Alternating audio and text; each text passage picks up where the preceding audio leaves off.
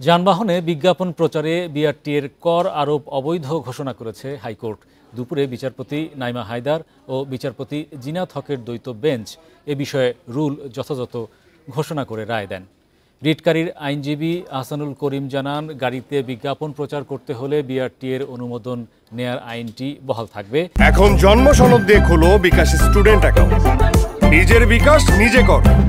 তবে কোনো গাড়ির ওপরে বিজ্ঞাপন প্রচারে কর আরোপের বিষয়ে বিআরটিএর নতুন বিধানটি মূল আইনের সাথে সাংঘর্ষিক, তাই এই বিধানকে অবৈধ ঘোষণা করেছে আদালত।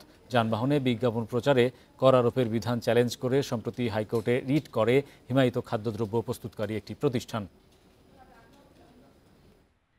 আইনের বিধানকে অতিক্রম করে এই যে রুলটা গঠন করা হয়েছিল বা তৈরি করা হয়েছিল, যেটা কিনা কর ধার্য করছে, সেই কর ধার্য করকেই আমরা চ্যালেঞ্জ করেছিলাম এই মর্মে যে রুল বিধি দিয়ে আইনের অতিরিক্ত কোনো বিধান রচনা করার অধিকার সরকারের নেই বা অন্য কোনো প্রতিষ্ঠানের নেই।